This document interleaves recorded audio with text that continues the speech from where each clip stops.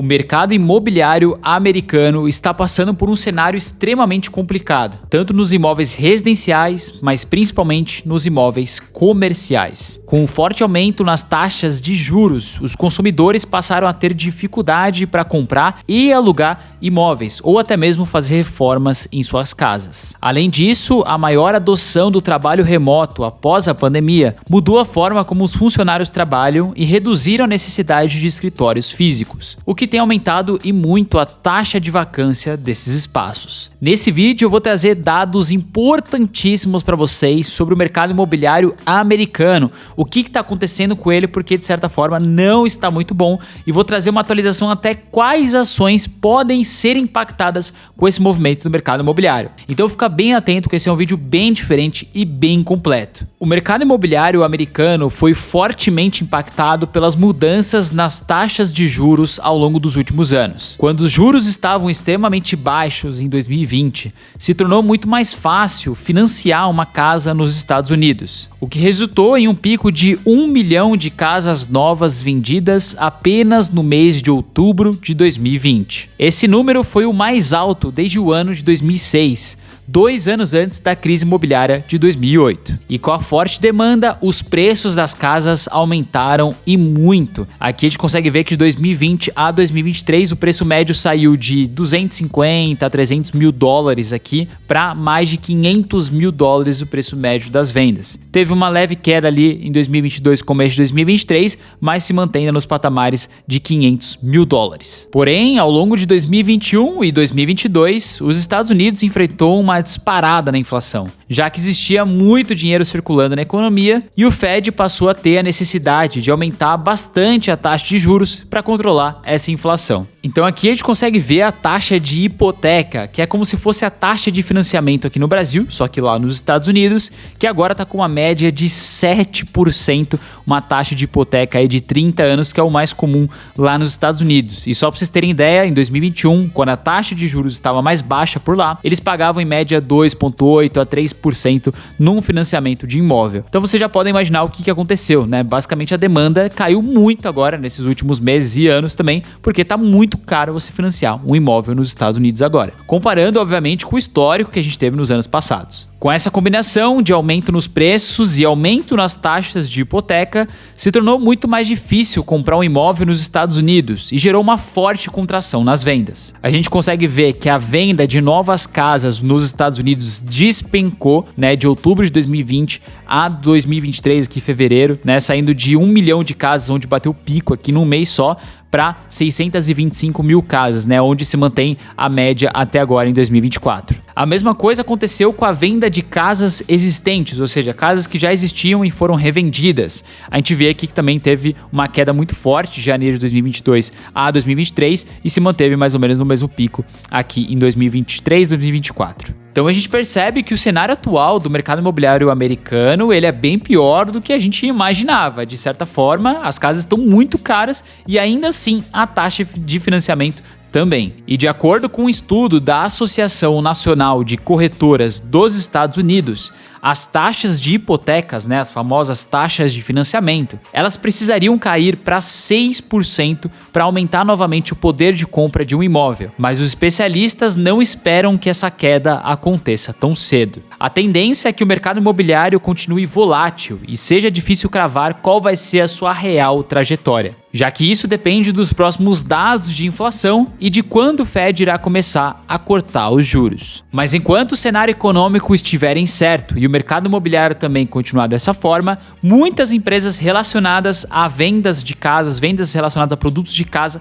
também vão ser afetados. E aí que entra agora a parte de quais empresas, quais ações serão afetadas com esse movimento, ou já estão sendo afetadas. Algumas empresas da Bolsa Americana possuem operações intimamente ligadas ao setor imobiliário, como a Home Depot e a Lowe's, que são lojas de produtos como materiais de construção, móveis, itens de decoração, entre outros relacionados. E se as pessoas estão comprando menos casas, fazendo menos reformas, comprando menos móveis, menos materiais de construção, tudo isso afeta essas empresas. Aqui a gente tem um pouquinho das vendas nos Estados Unidos da Home Depot e a gente consegue ver que aqui de 2021 a 2022 ela acompanhou o crescimento do mercado imobiliário, né, com as taxas de juros mais baixas baixas, então mais casas sendo vendidas, mais produtos de casa também eram vendidos. Então ela aumentou muito a receita, chegou aqui final de 2022, começo de 2023, basicamente a receita dela ficou negativa nos Estados Unidos, ou seja, caiu na verdade, né, a receita comparada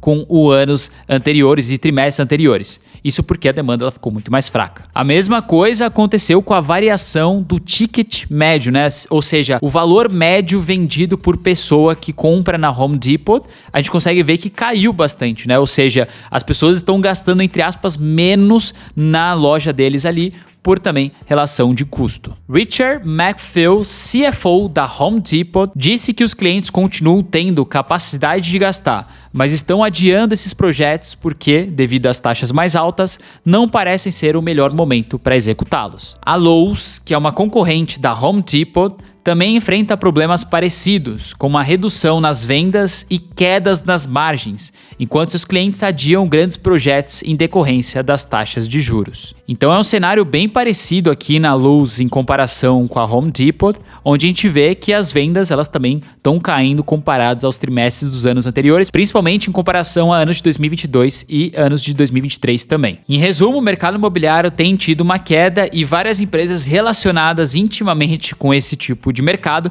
também tem caído a receita, o que pode trazer grandes oportunidades para quem tem elas no portfólio e quer comprar por um preço um pouco menor, já que com a queda das vendas, as ações também respondem no mesmo sentido, ou seja, caindo. Então, se você acredita em empresas como essa por longo prazo, talvez você tenha que olhar de uma forma diferente, né, como uma grande oportunidade. Agora, indo para um outro lado também muito relacionado com essa queda do mercado imobiliário, a gente tem o setor comercial. Com a adoção do trabalho remoto pelas empresas depois da pandemia, a demanda por escritórios caiu significativamente. Além disso, por conta da situação econômica e das altas taxas de juros, cada vez mais as empresas estão ponderando os custos de se manterem em escritórios e jogando na balança se realmente vale a pena, principalmente depois que os funcionários apresentaram uma performance muito melhor no home office. Desde 2020, o espaço alugado por escritórios diminui cerca de 12 milhões de metros quadrados e a quantidade acumulada de espaços desocupados está superando a quantidade vista durante as crises da bolha.com em 2001 e da crise imobiliária de 2008. Então esse dado aqui mostra pra gente a evolução do crescimento da taxa de vacância média dos escritórios, o que a gente consegue ver que está batendo a média de 20% nos Estados Unidos e que antes era bem mais baixa, ali de 16% em 2018, 2019. Essa aqui é de fato a taxa de vacância mais alta da história nos Estados Unidos em relação a escritórios. Mas não é só nos Estados Unidos que isso está acontecendo em relação a escritório. Apesar de serem um dos maiores com taxa de vacância, ou seja, a desocupação desses imóveis, tem outros países como a Alemanha, França, UK, Austrália, que também estão com taxas um pouco mais elevadas de desocupação de imóvel comercial. E já atrelando a isso, é importante a gente pontuar que REITs, né, que são os fundos imobiliários americanos, também vão sofrer, principalmente relacionado ao setor de escritório. Um deles é o REIT HIW, que viu suas ações caírem mais de 40% nos últimos 5 anos. A gente consegue ver que a taxa de ocupação, ou seja, o quanto dos imóveis totais estão alocados desse REIT aqui comercial, está caindo ao longo dos anos, né? A gente consegue ver que eles batiam taxa aí de 90%, 93% dos imóveis alocados, né, do setor comercial, de escritórios em si, e agora caiu para 89%, uma das piores taxas já vistas do REIT. Isso acontece principalmente porque os inquilinos desse REIT em específico, o HIW, são de setores que permitem a adoção do home office, como o setor financeiro, bancário, seguros e tecnologia. Empresas desses setores podem tranquilamente deixar de ir para o escritório e continuar seus trabalhos no home office, que não vai afetar nada. Por outro lado, a gente tem REITs do mesmo setor, como o ARI, que é o Alexandria, né? Também muito famoso, que faz a alocação dos mesmos imóveis, só que para empresas diferentes. Se a gente pegar o ARI aqui, né, que é relacionado a escritórios, você vê que grande parte dele é relacionado totalmente com a área de saúde e biotecnologia, desenvolvimento de pesquisa também relacionado a essa área. E empresas desse setor, elas são menos propensas a saírem dos escritórios, já que existem uma dependência muito grande,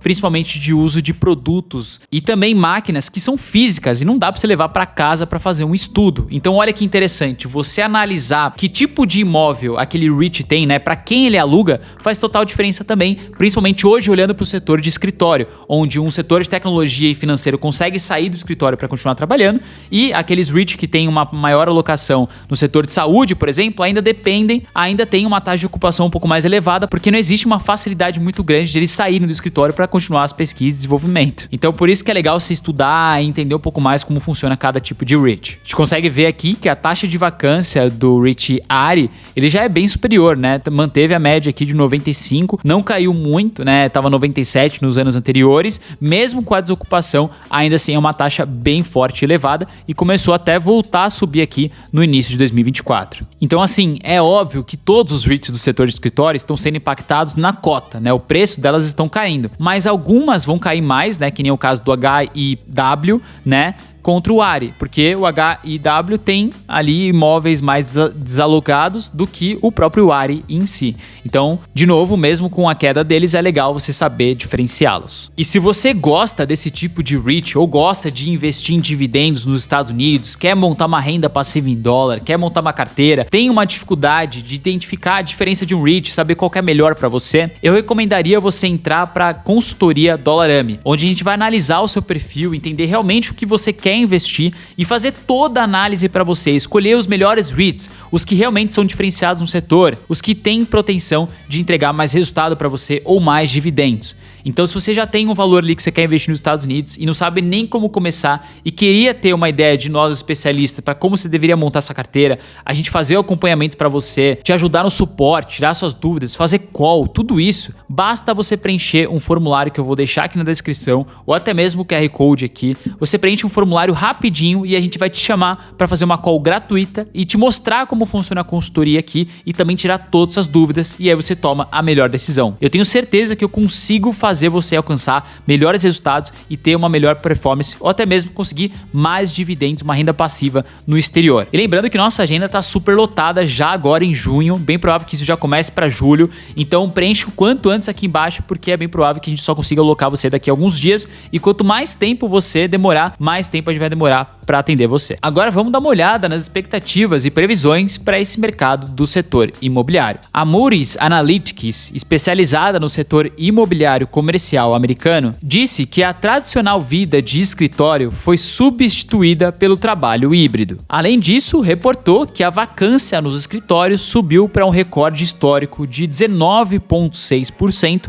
no último trimestre de 2023. A Green Street, por sua vez, aponta que o mercado levará muitos anos para retornar aos níveis pré-pandemia. A agência projeta um crescimento médio anual de apenas 1% no número de empresas que demandam escritórios. Ou seja, o que a gente está vendo é que essa depreciação no mercado imobiliário ela ainda vai continuar, ou seja, existe uma dificuldade da movimentação, da demanda crescer por conta da alta do preço, da inflação, né, do preço dessas casas, dos imóveis em si, a taxa de hipoteca muito cara. Tem muita gente que eu estou conversando nos Estados Unidos que basicamente está postergando ali a mudança de casa ou a compra de uma casa por conta da taxa de hipoteca atual. Até queria saber a opinião de vocês, principalmente de quem mora nos Estados Unidos ou no exterior. Vocês estão prolongando a compra de uma casa nova? O que vocês estão vendo dos amigos de vocês aí? Deixa aqui embaixo nos comentários para complementar essa nossa análise. Mas a gente vai ter que aguardar os próximos passos aí, principalmente do Fed, que vai cortar os juros e pode começar a melhorar um pouco essa taxa de hipoteca, que vai levar alguns anos aí para cair abaixo dos 6%, 5% novamente. Infelizmente, essa é a realidade, mas é importante a gente saber o que está acontecendo,